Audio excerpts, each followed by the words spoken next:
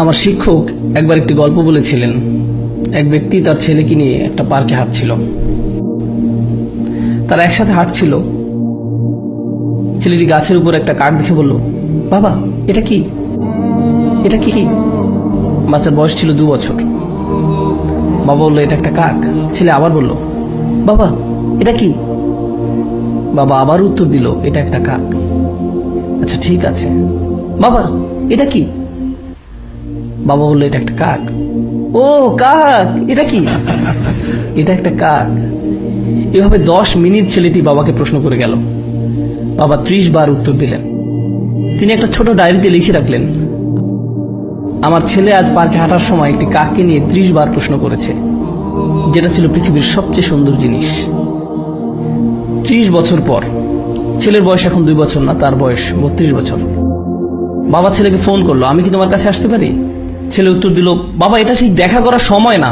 বাবা বললেন, আমাকে কিছুক্ষণ সময় দাও, আমার 10 থেকে 15 মিনিট দরকার, শুধু এইটুকু সময় হলেই চল, তোমার সাথে কিছু ব্যাপারে কথা আছে। ছেলে বেশ বিরক্ত হয়ে, ঠিক আছে। বাবা আসলেন এবং গাড়িতে উঠে ছেলেকে নিয়ে পার্কে গেলেন। ছেলে মহা বিরক্ত হয়ে বলল, এসব কি বাবা, আপনি কি খুব দ্রুত বলতে পারবেন? আমার কাজ আছে। বাবা বললেন, শুধু আমার সাথে হাঁটো। তারা হাঁটছিল এবং গাছের উপর একটি কাক দেখতে পেল। বাবা বললেন, বৎস এটা কি? তুমি কি সত্যিই জানতে চাও এটা কি? এটা একটা কাক। ও বৎস এটা কি? ছেলে এবার প্রচন্ড রেগে গেল। এটা কি একটা খেলা? আমার কাজ আছে, ঠিক আছে? এটা একটা কাক, আপনি কি দেখতে পাচ্ছেন না? আমি গত মাসেও আপনাকে নতুন চশমা এনে দিয়েছি, আমার সাথে এমন কেন হচ্ছে? বাবা আপনি কেন এত জটিল? আমি বুঝতে পারছি না সমস্যাটা কোথায়। জাস্ট বলেন কি বলতে চান। আমি ব্যস্ত আছি, ঠিক আছে?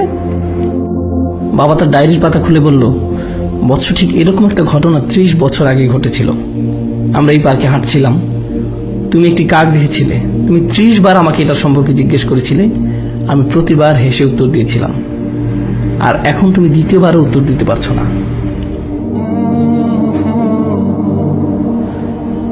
আমরা আমাদের পিতামাতাকে কি দিচ্ছি?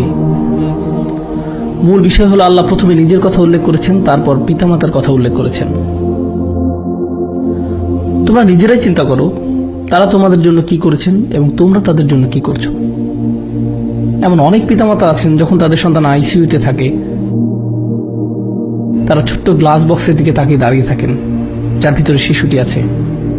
দিন রাত 24 ঘন্টা হাসপাতালে শুধু দাঁড়িয়েই থাকেন, কখনো বসেন না, শুধু দাঁড়িয়ে থাকেন। ভেন্ডিং মেশিনের খাবার দিয়ে তাদের জীবন চলছে। আর ঠিক এই সন্তানই বড় হলে ফোন করে খবর নেওয়ারও সময় হয় না। কত মা তার সন্তান ভূমিষ্ঠ করতে মৃত্যুর কাছাকাছি চলে যায়, আর এখন তার ফোনের উত্তর দেওয়া অনেক কঠিন হয়ে পড়েছে। আর এখন তাকে কি দিচ্ছেন? সারাদিন 2 মিনিটের মতো সময়। তাকে কিছুটা গুরুত্বপূর্ণ ভাবতে দিন। এটা কতটা অন্যায্য যে আপনি তাদের নিকট ছিলেন সবচেয়ে গুরুত্বপূর্ণ, আর এখন তারা আপনার কাছে গুরুত্বহীন। এটা কতটা ন্যায় বিরুদ্ধ। তারা এই যন্ত্রণা প্রতিদিন বয়ে বেড়ায় যে আমি আমার সন্তানের কাছে কিছুই না, আমি তাদের কাছে কিছুই না, আমি তাদের কাছে মূল্যহীন, আমার জন্য তাদের হাতে কোনো সময় নেই। কোনো কিছু আপনার কাছে মূল্যবান মনে হলে তাতে আপনি সময় দান করেন। বেশিরভাগ ক্ষেত্রে এই সময় আমরা পিতামাতার কাছ থেকে দূরে সরে থাকতে চাই। আপনি আপনার বন্ধুদের সাথে থাকতে চান, নিজের মতো করে থাকতে চান, মাতা পিতার সাথে থাকতে চান না। এই বদ অভ্যাসটা আপনিই বাড়তে দিয়েছেন, আর সময়ের পরিক্রমায় এটা আরো খারাপ হতে থাকবে। আমাদের পিতামাতা অনেক অনেক বেশি আবেগপ্রবণ, তারা খুবই রক্ষণাত্মক। এটা বুঝতে পারবেন না যতক্ষণ না আপনি নিজে পিতামাতা হবেন। আপনার বয়স 60 হলেও আপনি তাদের কাছে শিশু। তারা এখনো স্মরণ করতে পারে আপনার ময়লা ন্যাপকিন পরিষ্কার করার কথা, আপনাকে দুধ খাওয়ানোর কথা, কিভাবে ঢেকুর তুলেছেন, পিছনের সিটে বসানোর পর কিভাবে আপনাকে পরিষ্কার করেছে, খাইয়েছে। আপনি স্মরণ করতে পারেন না, কিন্তু তারা পারে। আমার সন্তান এটি মনে রাখবে না।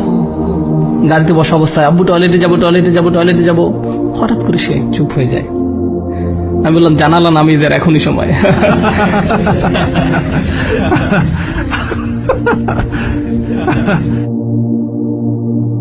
তারপর সে বলা শুরু করলো, আমি ঈদে কোন খেলনা পাবো। আমি ভাবলাম, ওকে, গাড়ি চালানোর জন্য আজ ভালো সময় নয়। তারপর সে যখন কলেজ থেকে গ্রাজুয়েশন করেছে, একদিন বিয়ে করেছে, সে তখন আর এটা মনে রাখবে না, কিন্তু কে কখনো ভুলে যাবে না? আমি কখনো ভুলে যাব না। আমি ভুলবো না তাকে কিভাবে বাথরুমে নিয়েছি, তাকে পরিষ্কার করেছি, জামা পরিয়েছি। সে বলেছিল, আব্বা এই স্পাইডারম্যান পোশাকটা পরিয়ে দিন। আমার সন্তানের কিছুই মনে রাখবে না, আমি রাখবো, আমি মনে রাখবো। এই একই শিশু যখন পিতাকে একদিন বলে, বাবা আমি ঠিক তোমাকে বুঝতে পারি না, আমার হাতে একদম সময় নেই, এটা আসলেই তাকে দুঃখ দেয়, এটা আসলেই তাকে দুঃখ দেয়।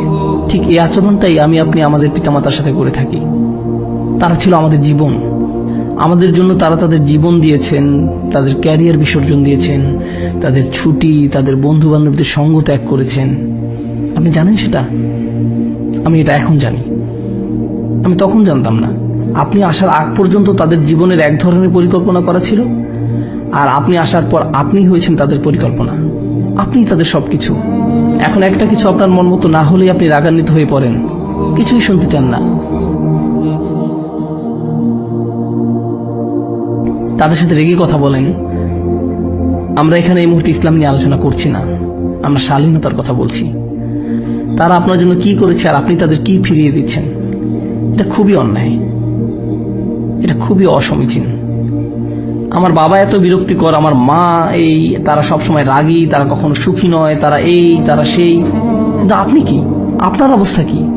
আমি আপনাদেরকে বলছি, আমি সব সময় এটা বলার সুযোগ পাই না, যদি আপনি আপনার বাবা মার দোয়া না পান, আপনার জীবনে কোনো কিছুই ভালো হবে না।